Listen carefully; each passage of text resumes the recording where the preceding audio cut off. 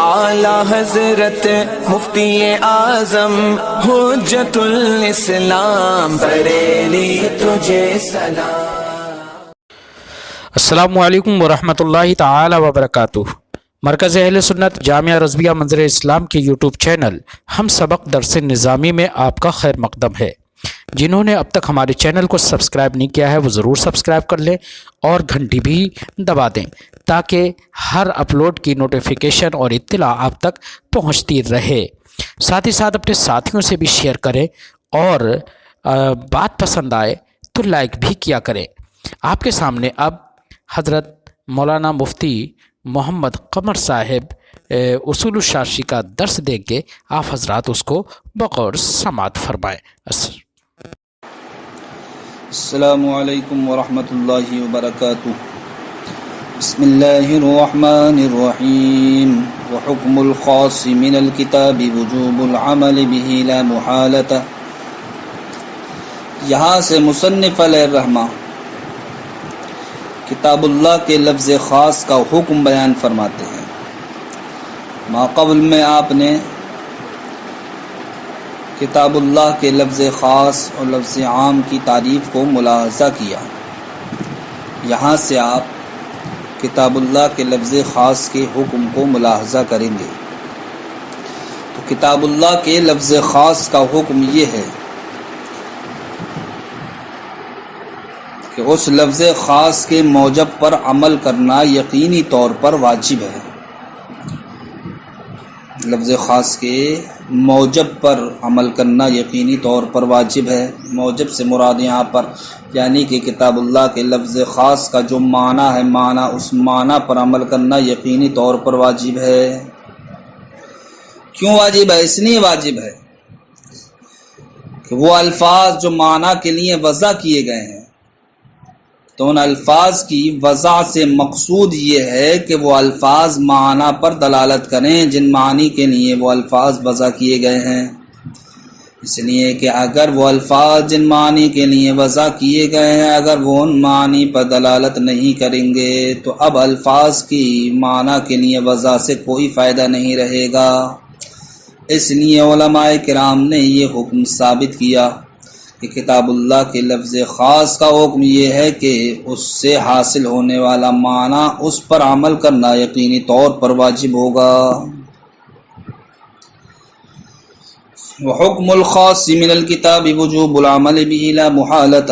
کتاب اللہ کے لفظ خاص کا حکم یہ ہے کہ اس کے موجب پر عمل کرنا، اس کے معنی پر عمل کرنا یقینی طور پر واجب ہے۔ فإن قابله خبر الواحد أو القياس فإن أمكن الجمع بينهما بدون تغيير في حكم الخاص يعمل بهما وإلا يعمل بالكتاب ويترك ما يقابله۔ یہاں سے ایک مسئلہ یہ بیان فرماتے ہیں کہ کتاب اللہ کے لفظ خاص سے کوئی مسئلہ ثابت ہوا اور وہی مسئلہ خبر واحد یا قیاس کے ذریعے سے بھی ثابت ہوتا ہے۔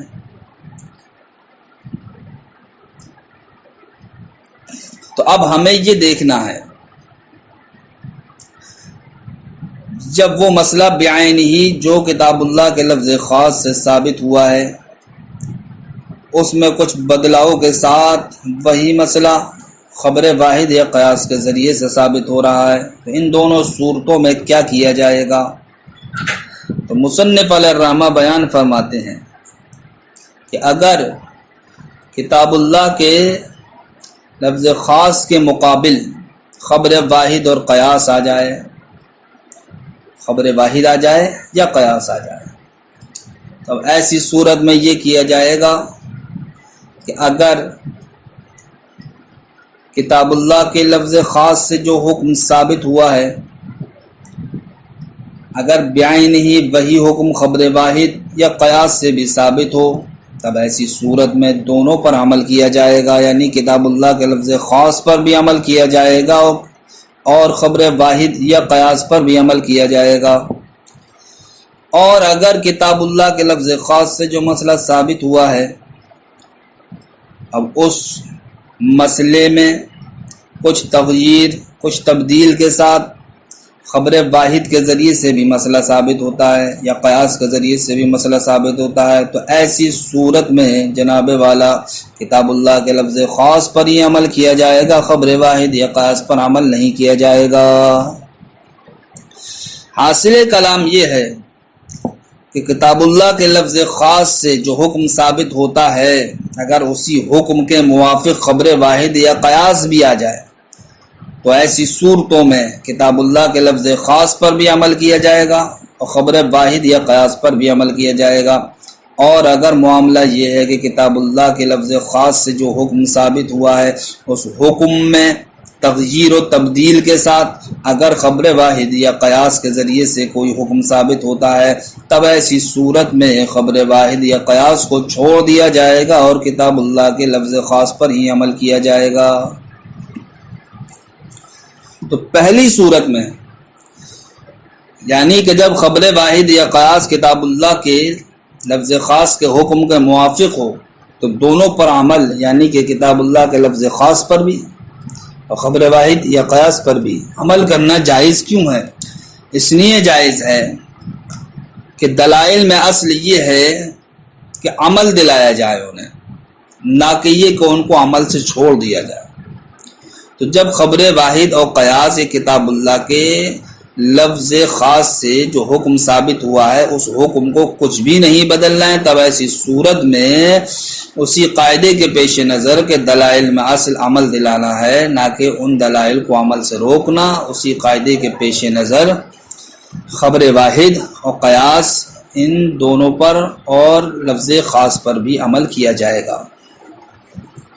اور اگر کتاب اللہ کے لفظ خاص سے جو حکم یا مسئلہ ثابت ہوا ہے اس میں خبر واحد یا قیاس تغییر و تبدیل کرتی ہیں، اگر ہم خبر واحد یا قیاس پر عمل کریں تو کتاب اللہ کے لفظ خاص کا حکم بدل جا رہا ہے، تب ایسی صورت میں جناب والا مصنف علیہ الرحمٰن نے فرمایا کتاب اللہ کے لفظ خاص پر ہی عمل کیا جائے گا، خبر واحد یا قیاس کو چھوڑ دیا جائے گا۔ اس لیے چھوڑ دیا جائے گا کہ کتاب اللہ کے لفظ خاص سے جو حکم ثابت ہوا ہے وہ حکم قطعی ہے، یقینی ہے، اور خبر واحد یا قیاس کے ذریعے سے جو حکم ثابت ہوتا ہے وہ قطعی اور یقینی نہیں ہوتا بلکہ ظنی ہوتا ہے۔ لہذا ظنی ہونے کی بنیاد پر خبر واحد یا قیاس کو چھوڑ دیا جائے گا اور کتاب اللہ کے لفظ خاص پر قطعی ہونے کی وجہ سے عمل کیا جائے گا۔ فرماتے ہیں فَإِنْ قَابَلَهُ خَبْرُ الْوَاحِدِ بِالْقِيَاسِ، تو اگر کتاب اللہ کے لفظ خاص کے مقابل خبر واحد آ جائے یا قیاس آ جائے فَإِنْ أَمْكَنَ الْجَمْعُ بَيْنَهُمَا، تو اگر ان دونوں کو کن دونوں کو یعنی کہ کتاب اللہ کے لفظ خاص کو اور خبر واحد یا قیاس میں سے کسی ایک کو اگر جمع کرنا ممکن ہو بدون تغییر فی حکم الخاص، حکم خاص میں تغییر و تبدیل کے بغیر، تو یعمل بہما، تو ایسی صورت میں کتاب اللہ کے لفظ خاص پر بھی عمل کیا جائے گا اور خبر واحد یا قیاس پر بھی عمل کیا جائے گا۔ وَإِلَّا يُعْمَلْ بِالْكِتَابِ، ورنہ کا مطلب ہے کہ اگر خبر واحد یا قیاس جو کتاب اللہ کے لفظ خاص کے مقابل آ گئے ہیں، اگر یہ خبر واحد یا قیاس کتاب اللہ کے لفظ خاص کو اگر بدل دیں تب ایسی صورت میں مصنف فرماتے ہیں بدلنے کی صورت میں خبر واحد و قیاس کو چھوڑ دیا جائے گا اور صرف کتاب اللہ کے لفظ خاص پر عمل کیا جائے گا۔ وَإِلَّا يُعْمَلْ بِالْكِتَابِ، ورنہ تو کتاب اللہ پر عمل کیا جائے گا، وَيُتْرَكُ مَا يُقَابِلُهُ، اور اس کو چھوڑ دیا جائے گا جو کتاب اللہ کے لفظ خاص کے مقابل آئے گا۔ مثالہ فی قولہ تعالی یتربصن بانفسہن ثلاثۃ قروء، یہاں سے مصنف علیہ الرحمہ کتاب اللہ کے لفظ خاص کی ایک مثال پیش فرماتے ہیں۔ فرماتے ہیں کہ اللہ رب العزت کا فرمان ہے یتربصن بانفسہن ثلاثۃ قروء، مطلقہ مدخول بہا ذات الحیض غیر حاملہ کی عدت کی مدت 3 قروء ہے کہ اللہ رب العزت نے فرمایا وہ عورت جس کو طلاق دے دی گئی ہو اور وہ ایسی عورت ہو کہ اس کے شوہر نے اس کے ساتھ دخول بھی کر لیا ہو، اور ایسی عورت ہو وہ جس کو حیض آتا ہو، حاملہ بھی نہ ہو، اگر ایسی عورت کو اس کے شوہر نے طلاق دے دی تو اس عورت کی عدت کی مدت کیا ہوگی، تو اس تعلق سے اللہ رب العزت نے ارشاد فرمایا یتربصن بانفسہن ثلاثۃ قروء، کہ وہ عورت اپنے آپ کو 3 قروء روکے رکھے۔ اس آیت کریمہ میں لفظ ثلاثہ کیا ہے؟ خاص ہے۔ جو معنی معلوم کے لیے وضع کیا گیا ہے وہ معنی معلوم کیا ہے کہ لفظ ثلاثہ 3 کے لیے آتا ہے، 3 کے لیے۔ اس آیت کریمہ کو مصنف علیہ الرحمٰن نے جو پیش کیا ہے تو وہ مطلقہ مدخول بہا ذات الحیض غیر حاملہ کی عدت کی مدت کے تعلق سے پیش کیا ہے، لیکن اس آیت کریمہ میں ثلاثۃ قروء جو ذکر کیا گیا ہے، لفظ قروء، یہ قروء مشترک ہے حیض کے درمیان اور طہر کے درمیان۔ اب سوال یہ ہے کہ اس قروء سے مراد کیا ہے کہ عورت جو اپنے آپ کو روکے رکھے گی وہ 3 حیض روکے رکھے گی یا 3 طہر روکے رکھے گی؟ تو اس تعلق سے کہ قروء سے مراد کیا ہے، حیض ہے یا طہر، امام اعظم اور امام شافعی کے درمیان اختلاف ہے۔ امام اعظم رحمۃ اللہ تعالی علیہ کے نزدیک قروء سے مراد حیض ہے، اور امام شافعی رحمۃ اللہ تعالی علیہ کے نزدیک قروء سے مراد طہر ہے۔ دونوں کے اپنے اپنے دلائل ہیں۔ امام شافعی رحمۃ اللہ تعالی علیہ جو یہ کہتے ہیں کہ قروء سے مراد طہر ہے، ان کی دلیل یہ ہے کہ 3 سے لے کے 10 تک عدد کے استعمال کا طریقہ یہ ہے کہ معدود اگر مذکر ہو تو عدد کو مؤنث لایا جاتا ہے، اور اگر معدود مؤنث ہو تو عدد کو مذکر لایا جاتا ہے۔ لہذا اس قاعدے کے پیش نظر امام شافعی فرماتے ہیں کہ قروء سے مراد یہاں پر طہر ہے، اس لیے کہ حیض اور طہر ان دونوں کے مقابل یا ان دونوں میں سے طہر یہ مذکر ہے اور حیض کیا ہے، یہ مؤنث ہے، اور یہاں پر آیت کریمہ میں لفظ ثلاثہ یہ مؤنث آیا ہے جو عدد ہے، اور 3 سے لے کے 10 تک قاعدے کا استعمال، عدد کے استعمال کا طریقہ یہ ہے، گنتی کے استعمال کا طریقہ یہ ہے کہ معدود مذکر ہو تو عدد کو مؤنث لایا جاتا ہے۔ لہذا جب یہاں پر ثلاثہ یہ مؤنث لایا گیا ہے تو اس کا مطلب یہ ہے کہ قروء سے مراد طہر ہوگا، کیونکہ طہر ہی مذکر ہے، حیض مراد نہیں لے سکتے۔ لہذا امام شافعی نے یہ دلیل پیش کر دی کہ یہاں پر قروء سے مراد کیا ہے؟ طہر۔ کیوں ہے؟ اس لیے کہ 3 سے لے کے 10 تک کے عدد کے استعمال کا طریقہ یہ ہے کہ معدود مذکر ہو تو عدد کو مؤنث لایا جاتا ہے، اور معدود اگر مؤنث ہو تو عدد کو مذکر لایا جاتا ہے۔ لیکن یہاں پر معاملہ یہ ہے کہ عدد کو مؤنث لایا گیا ہے، جس نے یہ بتایا کہ یہاں پر معدود کیا ہے؟ مذکر ہے، اور وہ مذکر طہر اور حیض میں سے کیا ہے؟ طہر ہے۔ اس لیے امام شافعی فرماتے ہیں کہ جو مطلقہ مدخول بہا ذات الحیض غیر حاملہ اپنے آپ کو جو روکے رکھے گی، اس روکنے کی مدت کیا ہے؟ 3 طہر۔ لیکن امام اعظم رحمۃ اللہ تعالی علیہ فرماتے ہیں کہ اس آیت کریمہ میں لفظ ثلاثہ کیا ہے؟ خاص ہے، اور خاص کا حکم یہ ہے کہ اس کے موجب پر عمل کرنا یقینی طور پر واجب ہوتا ہے، بغیر کسی کمی و زیادتی کے۔ اب اگر امام اعظم فرماتے ہیں امام شافعی کی بات مان لی جائے، تب ایسی صورت میں کتاب اللہ کے لفظ خاص پر عمل نہیں ہو پائے گا، بلکہ جناب والا کتاب اللہ کے لفظ خاص میں کمی یا زیادتی لازم آئے گی۔ وہ کمی و زیادتی کیوں لازم آئے گی؟ اس لیے لازم آئے گی کہ آپ جب قروء سے مراد طہر لے لیں گے امام شافعی کے کہنے کے مطابق، تو امام اعظم فرماتے ہیں ہم آپ سے سوال یہ کریں گے کہ طلاق دینے کا جو وقت ہے وہ ایام طہر ہیں، ایام پاکی ہیں، تو اب شوہر نے جو طلاق دی ہوگی بیوی کو وہ پاکی کے دنوں میں دی ہوگی۔ اب ہم آپ سے پوچھتے ہیں کہ اس طہر کو عدت میں جوڑا جائے گا یا عدت میں نہیں جوڑا جائے گا؟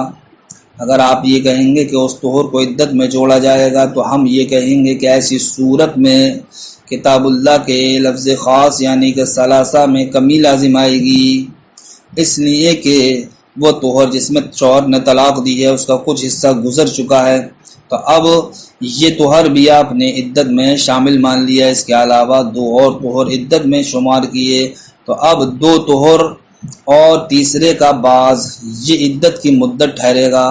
حالانکہ قرآن مقدس میں اللہ رب العزت نے جو عدت کی مدت بیان کی ہے وہ پورے 3 بیان کی ہے۔ تو جب آپ نے طہر کو جس میں طلاق دی گئی اس کو شمار کیا تب ایسی صورت میں کمی لازم آئی۔ اب اس کمی سے بچنے کے لیے آپ اس طہر کو شمار نہیں کریں گے عدت میں کہ جس میں طلاق دی ہے شوہر نے، تو ایسی صورت میں زیادتی لازم آئے گی کہ اس کے علاوہ کہ جس میں شوہر نے طلاق دی ہے 3 اور طہر آپ نے عدت میں شمار کیے، تو اب 3 اور چوتھے کا بعض یہ عدت کی مدت ہوئی۔ تو دونوں ہی صورتوں میں یعنی کہ جس طہر میں طلاق دی گئی ہے اس طہر کو اگر آپ عدت میں شمار کریں گے تو کتاب اللہ کے لفظ خاص میں کمی لازم آئے گی، اور اگر اس طہر کو شمار نہیں کریں گے بلکہ اس کے علاوہ 3 اور طہر کا اعتبار کریں گے تو ایسی صورت میں کتاب اللہ کے لفظ خاص میں زیادتی لازم آئے گی۔ اس کے علاوہ کوئی اور صورت ہے ہی نہیں۔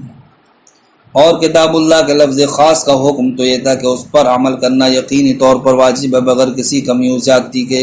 اب اس سے کیسے بچا جائے گا؟ تو امام اعظم فرماتے ہیں کہ کتاب اللہ کے لفظ خاص پر یقینی طور پر عمل اسی وقت ممکن ہے جبکہ قروء سے مراد طہر نہ لے کر کے بلکہ قروء سے مراد کیا لیا جائے؟ حیض لیا جائے، حیض۔ جب قروء سے مراد ہم حیض لے لیں گے تب ایسی صورت میں کتاب اللہ کے لفظ خاص پر بغیر کسی کمی و زیادتی کے عمل ہو جائے گا۔ کتاب اللہ کے لفظ خاص پر نہ تو کمی لازم آئے گی نہ زیادتی لازم آئے گی۔ اس لیے امام اعظم رحمۃ اللہ تعالی علیہ کے نزدیک قروء سے مراد کیا ہے؟ یہاں پر حیض ہے۔ فرماتے ہیں مثالہ، لفظ کتاب اللہ کے لفظ خاص کی مثال اللہ رب العزت کے اس فرمان میں یتربصن بانفسہن ثلاثۃ قروء فإن لفظة الثلاثة خاص في تعریف عدد معلوم۔ فرماتے ہیں کہ اس آیت کریمہ میں لفظ ثلاثہ یہ خاص ہے، قائم خاص ہے، فی تعریف عدد معلوم، عدد معلوم کی تعریف میں، یعنی کہ لفظ ثلاثہ یہ 3 کے لیے وضع کیا گیا ہے۔ فیجب العمل بہ، لہذا جب یہ عدد معلوم میں خاص ہوا تو خاص کا حکم یہ کہ اس پر عمل کرنا واجب ہے۔ تو فرماتے مصنف فیجب العمل بہ، لہذا لفظ ثلاثہ کا جو معنی ہے اس پر عمل کرنا یقینی طور پر واجب ہوگا۔ وَلَوْ حُمِلَ الْأَقْرَاءُ عَلَى الْأَطْهَارِ، اگر یہاں سے مصنف علیہ الرحمہ امام شافعی کے مذہب کو بیان فرماتے ہیں، اگر قروء کو محمول کیا جائے قائے پر طہر پر، کما ذهب الیہ الشافعی، جیسا کہ جس جانب امام شافعی گئے ہیں، باعتبار اس بات کا اعتبار کرتے ہوئے کہ ان الطہر مذکر دون الحیض، کہ طہر کیا ہے یہ مذکر ہے نہ کہ حیض۔ وقد ورد الکتاب فی الجمع بلفظ التانیث، حالانکہ آیت کریمہ جو وارد ہوئی ہے کتاب اللہ میں وہ جمع میں بلفظ تانیث، لفظ تانیث کے ساتھ وارد ہوئی ہے، یعنی کہ لفظ ثلاثہ یہ مؤنث ہے اور قروء کیا ہے یہ مذکر، اور قروء کیا ہے یہ جمع کا صیغہ ہے۔ لہذا جب لفظ ثلاثہ مؤنث ہے تو اب اس قروء سے مراد کیا ہوگا؟ مذکر ہوگا۔ تو وہی فرماتے ہیں کہ آیت کریمہ میں لفظ ثلاثہ یہ مؤنث وارد ہوا ہے، مؤنث دل علی انہ جمع المذکر، جس نے اس بات پر دلالت کی کہ جو اس کے بعد آنے والا صیغہ جمع یعنی قروء ہے وہ کیا ہے؟ جمع مذکر ہے، وہو الطہر۔ تو جب ہم اس کو جمع مذکر مانیں گے تو جمع مذکر ماننے کی صورت میں اس لفظ قروء سے مراد طہر لیا جائے گا، کیونکہ حیض اور طہر کے مقابل طہر کیا ہے؟ یہ مذکر ہے اور حیض مؤنث ہے۔ تو لازم ترک العمل بهذا الخاص، تو مصنف علیہ الرحمہ بیان فرماتے ہیں کہ اگر ہم مذہب امام شافعی مان لیں گے تب ایسی صورت میں اس خاص پر عمل کو چھوڑنا لازم آئے گا۔ کیوں لازم آگا؟ اس لیے لازم آگا لأن من حملہ علی الطہور، اس لیے کہ وہ انسان کے جس نے قروء کو طور پر معمول کیا لا یوجب ثلاثۃ اطہار، تو اب وہ 3 طور کو واجب نہیں کرے گا، بل طہرین و بعد الثالث وهو الذی وقع فیہ الطلاق، بلکہ اب وہ 2 طہر اور تیسرے کا بعض، یہ تیسرا وہ ہے کہ جس میں طلاق واقع ہوئی ہے۔ تو ایسی صورت میں 3 پر عمل نہیں ہو پائے گا اگر ہم مذہب امام شافعی کو مان لیں، اس لیے کہ جس طہر میں شوہر نے طلاق دی ہے یا تو اس طہر کو عدت میں شمار کیا جائے گا یا عدت میں شمار نہیں کیا جائے گا۔ اگر عدت میں شمار کیا جائے گا تو اب کمی لازم آئے گی، اس لیے کہ اس طہر کے کچھ ایام کچھ وقت تو گزر چکا ہے، اور اگر اس کے علاوہ 3 طہر مراد لیے جائیں تب ایسی صورت میں زیادتی لازم آئے گی۔ تو اب کمی و زیادتی سے بچنے کے لیے امام اعظم فرماتے ہیں صورت صرف یہی بنتی ہے کہ قروء سے مراد طہر نہ لے کر کے قروء سے مراد کیا لیا جائے، حیض لیا جائے۔ جب ہم حیض مراد لے لیں گے تب ایسی صورت میں جناب والا کتاب اللہ کے لفظ خاص پر بغیر کسی کمی و زیادتی کے عمل ہو جائے گا۔ تو حاصل کلام اختلاف کا یہ نکلا کہ امام شافعی رحمۃ اللہ تعالی علیہ کے نزدیک مطلقہ مدخول بہا ذات الحیض غیر حاملہ کی عدت کی مدت کیا ہے؟ 3 طہر ہے۔ اور امام اعظم رحمۃ اللہ تعالی علیہ کے نزدیک مطلقہ مدخول بہا ذات الحیض کی عدت کی مدت 3 حیض ہے، اور امام شافعی کے نزدیک 3 طہر ہے۔ اس اختلاف کے ماحصل کو آپ ذہن میں رکھیں کہ امام شافعی کے نزدیک مطلقہ کی عدت کی مدت 3 طہر ہے، اور امام اعظم رحمۃ اللہ تعالی علیہ کے نزدیک مطلقہ کی عدت کی مدت 3 امام شافعی کے نزدیک 3 طہر اور امام اعظم کے نزدیک 3 حیض ہے۔ اس ماحصل کو آپ ذہن میں رکھیں، اس کے بعد آنے والے جو مسائل ہیں اسی اختلاف پر متفرع ہوں گے۔ فیخرج على هذا حکم الرجعة في الحیضة الثالثة وزوالہ۔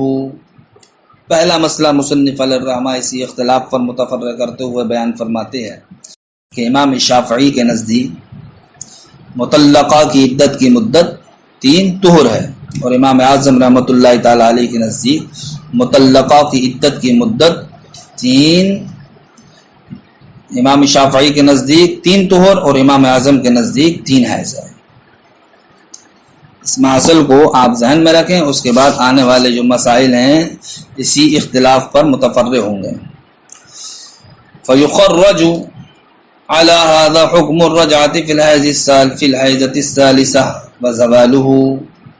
پہلا مسئلہ مصنف علیہ الرحمہ اسی اختلاف پر متفرع کرتے ہوئے بیان فرماتے ہیں کہ جب آپ نے یہ ذہن نشین کر لیا کہ امام شافعی کے نزدیک طہر کی امام شافعی کے نزدیک مطلقہ کی عدت کی مدت 3 طہر ہے، اور امام اعظم کے نزدیک مطلقہ کی عدت کی مدت 3 حیض ہے، اب فرماتے ہیں کہ اگر جب وہ مطلقہ تیسرے حیض میں چل رہی ہے تو امام اعظم رحمۃ اللہ تعالی علیہ کے نزدیک عدت گزارتے ہوئے چونکہ عورت سے شوہر رجعت کر سکتا ہے، اس لیے امام اعظم کے نزدیک تیسرے حیض میں شوہر اس کا رجعت کر سکتا ہے، برخلاف امام شافعی کے کہ امام شافعی کے نزدیک تیسرے حیض میں شوہر اس سے رجعت نہیں کر سکتا۔ کیوں نہیں کر سکتا؟ اس لیے نہیں کر سکتا کہ تیسرا حیض جو چل رہا ہے امام شافعی کے نزدیک وہ تو عدت کے پار ہے،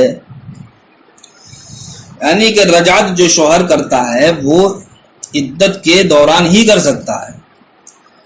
اب یہاں پر جو تیسرے حیض میں وہ عورت چل رہی ہے تو یہ تیسرا حیض امام اعظم کے نزدیک ہی تو عدت شمار ہو رہا ہے، امام شافعی کے نزدیک تیسرا حیض عدت شمار نہیں ہو رہا ہے، بلکہ جب تیسرا حیض آ رہا ہے، آنا شروع ہوا ہے، تب امام اعظم کے نزدیک اس کی عدت پوری ہو چکی ہے، اس لیے کہ امام شافعی کے نزدیک عدت کی جو شمار ہوگا، عدت کا جو شمار ہوگا وہ حیض سے نہیں طہر سے ہوگا، تو تیسرے حیض سے پہلے جو طہر تھا اس طہر میں عدت کی مدت پوری ہو چکی ہے۔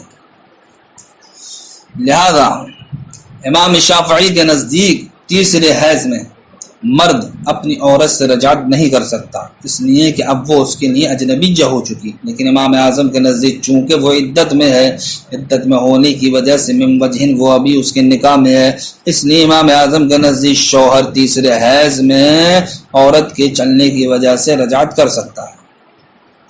فیخرج علی هذا حکم الرجعة فی الحیضة الثالثة، لہذا اسی اختلاف پر تیسرے حیض میں رجعت کے حکم کی تخریج کی جائے گی، یعنی کہ امام اعظم کے نزدیک تیسرے حیض میں شوہر رجعت کر سکتا ہے، وزوالہ، اور امام شافعی کے نزدیک نہیں کر سکتا۔ وجہ وہی ہے کہ امام اعظم کے نزدیک ابھی عدت میں ہے، وہ اس لیے کر سکتا، اور امام شافعی کے نزدیک چونکہ عدت گزر چکی ہے اس لیے نہیں کر سکتا۔